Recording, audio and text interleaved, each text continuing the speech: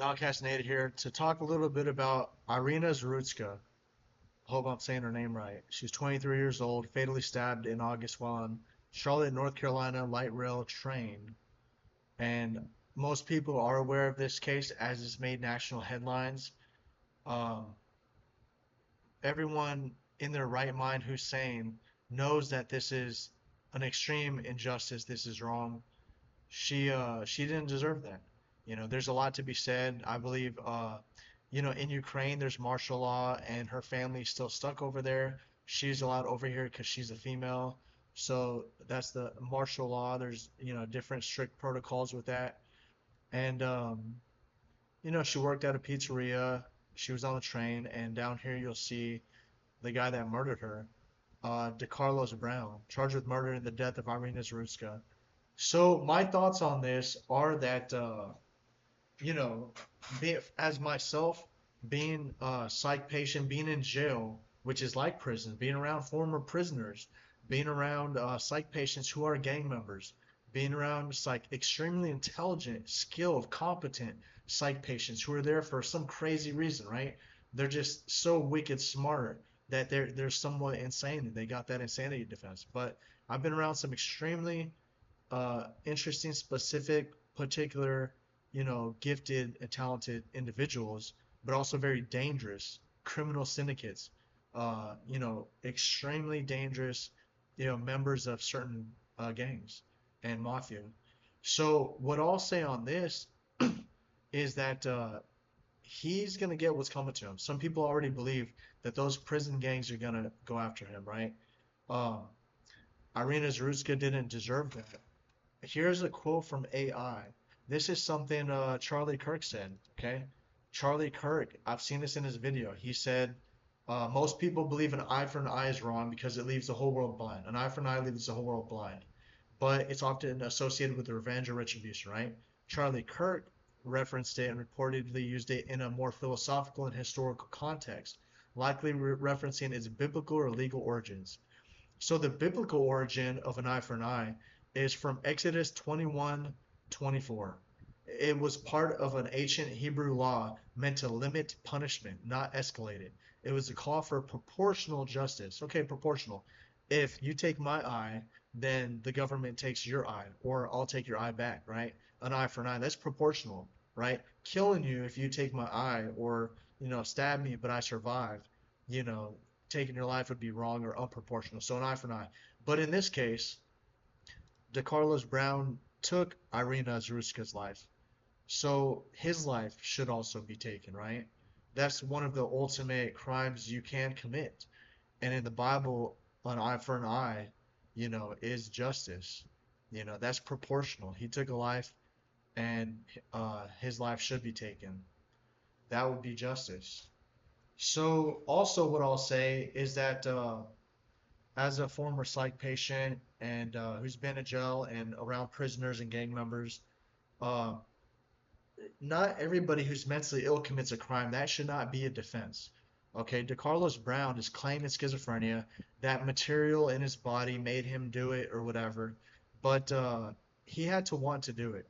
He had to be somewhat racist or hateful, or he just hated either women or just white people or whatever the case is. It could, I don't know who else he's attacked in the past, but based on what he did this time, uh, he meant to do what he did, and he did it on purpose, 100% intent. He wanted to, because no voice. If I've heard voices when I'm on drugs, I don't have to listen to my voices. If voices tell me to hurt myself or hurt someone, I'll just, I could smoke a joint, drink a beer, watch TV, and just sleep it off, right? You don't have to do what voices tell you to do. You don't have to do what demons tell you to do. Even if someone really tells you, like if there's a bad apple, like a bad friend, and he's instigating violence, and he's getting riled up, and he's smoking crack, he's a crackhead, right? He could tell me to rob a bank, and I'll be like, no thanks. I don't feel like going to prison. I don't feel like getting shot. It's bullshit. It's not gonna work out. It's like, why do something you know is wrong? So for him to not know the difference between right and wrong, that's also bullshit too, because he's not retarded. He's been in the prison system. He hasn't been diagnosed, I don't believe, with mental retardation or some sort of severe handicap like Down syndrome or cerebral palsy, you know. So he's competent, as you'll see. He's got tattoos. He could sit there, get inked up, right, in prison or out there. He's paying for this. He's making money somehow. He's got inherited in dreadlocks, so he's able to get that fixed up and all that. So he's not incompetent, right? He doesn't walk around naked. He doesn't walk around. I've seen some patients walk around naked in a psych ward, playing with themselves and masturbating in public and doing all sorts of crazy stuff, peeing on people. Some psych patients will eat their own feces, right? This guy wasn't eating his feces at the time of the crime. He wasn't, whether he's off medication or on medication, doesn't matter because anyone can commit a crime on medication or off medication. Doesn't matter, right? You could be heavily sedated and you'll just be put to sleep. If you're on heavy tranquilizers and medication, that's fine. You're probably not going to commit any crime. But a lot of doctors tend to just try to give you a dose where you can function and take care of yourself because they don't want to clean up after you. But this guy was competent. He knew what he was doing. I believe, like, for me, myself, I'm on medication. And if I want to commit a crime, I can commit a crime. Nothing is going to stop me. But I don't want to. There's no reason for me to want to. I'm doing well. I have work. I work on content. I work on books. I publish books. I have a candle store. I'm an ex-Marine. I have morals, principles, ethics, family values. I have Christianity. I have religion to where I don't want to commit any crime. It's not good for people. I care about people sometimes more than myself. But I care about other people, and I see other people, and I see this young woman, Iryna Zarutska, and she's just a hard worker. She was learning English. She was wanting to go to school, become a veterinarian. She was working at a pizzeria shop. A hard worker, dedicated to moving up in the world and starting a life for herself here in America. So when I see something like that taken away, there's no excuse for this guy to Carlos Brown. There should be no leniency, you know, and it should be an eye for an eye, okay? Because all this stuff, he's going to go to court. There's going to be questions regarding his mental state, his mental sanity, and he could say whatever, but he's been programmed in prison. He's probably segregated in prison around certain individuals that kind of brainwashed him or talked to him, and things stuck, things stick. So they might say something to him like, when I get out, I'm gonna get revenge, or maybe these people don't deserve, uh, we've done, we've gone through so much that we're gonna get back at some people or something like that. Some people get out of prison, they commit more crimes, right? And this guy got busted like 14 times. He's been incarcerated back and forth in the system so many times that that's wrong in itself, right? If there's rehabilitative justice, and these jails and prisons are supposed to be correctional institutions of rehabilitation and justice, they need to be doing their job because they're not. The last thing I'll say is there need to be more leadership, right? There should be more leadership in every group, right? If you want to call it a race, that's fine. Ethnicity, that's fine, right? I believe in certain groups, cliques, ethnicities, races, right? There needs to be certain leaders, right? Barack Obama was a leader, a civil rights leader, a president, the United States president, and a lot of the black community looked up to him because even though he's half black and half white, he's black, right? Mainly. And that's the first black president, right? And he can do anything with hard work and dedication and devotion, right? And he's able to, so if he's able to be a leader and people look up to him, people look up to Barack Obama, then, you know, this guy, DeCarlos Brown, did not have a good leader in his life. He didn't look up to Obama, probably. He didn't look up to Martin Luther King Jr. He didn't have the education, or I'm sure he knew a little bit about it, but he just didn't care, right? Because everybody who's competent and who's been to school or on the street, most people, if you're not clinically mentally handicapped, you know about Martin Luther King Jr.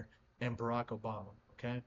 So for me, if I was black, I look up to them too because I'd be like, well, they made it that far. There should be more expected from me due to who I am, who I represent, and I need to work hard to prove myself to my country, my family. right? And this guy didn't have any of that, DeCarlos Brown. So what I'm saying is, in jails and prison, right, you should be judged by maybe someone who understands your background, right? A white judge won't probably, give DeCarlos Brown 100% full compassion or understanding, right?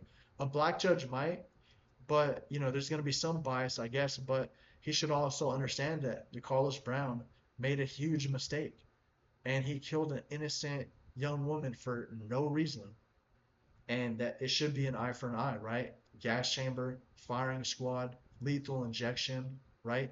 Maybe even a botched lethal injection, but it happens.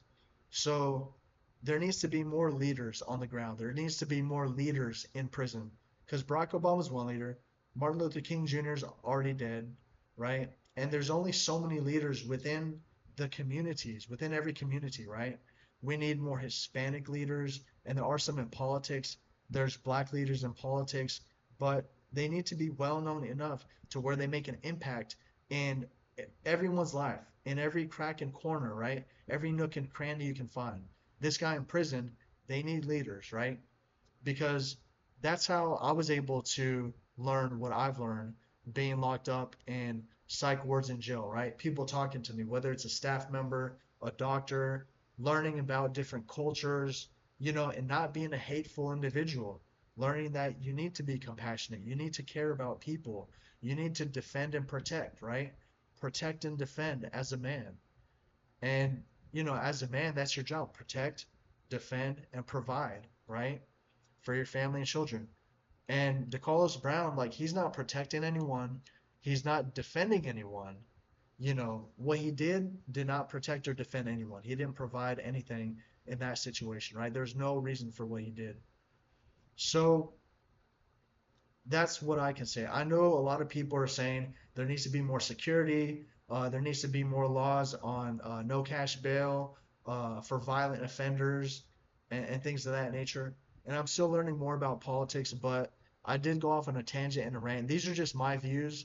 These are just my opinions. These are just my thoughts on this specific case. So if we do have more leaders, then you can teach your community. You can teach other people. If you're in jail, prison, on the block, if you got friends, if you're in the ghetto, whatever neighborhood you're in, upscale, middle class, like we need more leaders in the community to speak out and teach people, right? Teach people to, teach men to be men, and teach women to be careful, right? So, and obviously different things, but mainly for men not to just attack random women. Protect, defend, provide, right?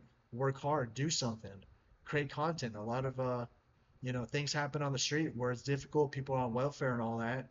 But, you can still be a kind and compassionate and caring person. That's where religion comes into play.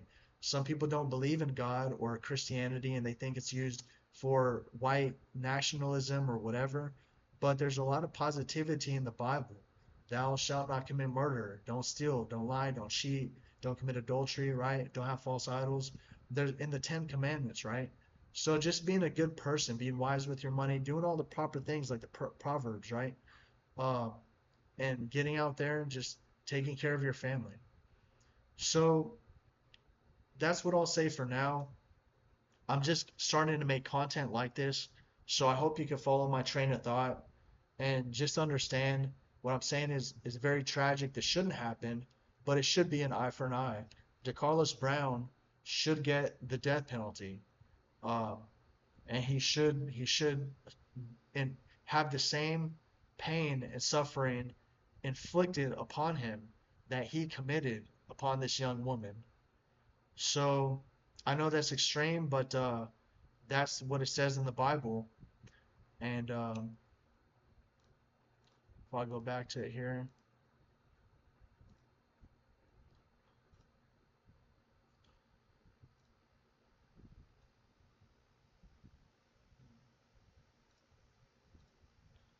but here it is. What Charlie Kirk, biblical origin, Exodus 21:24.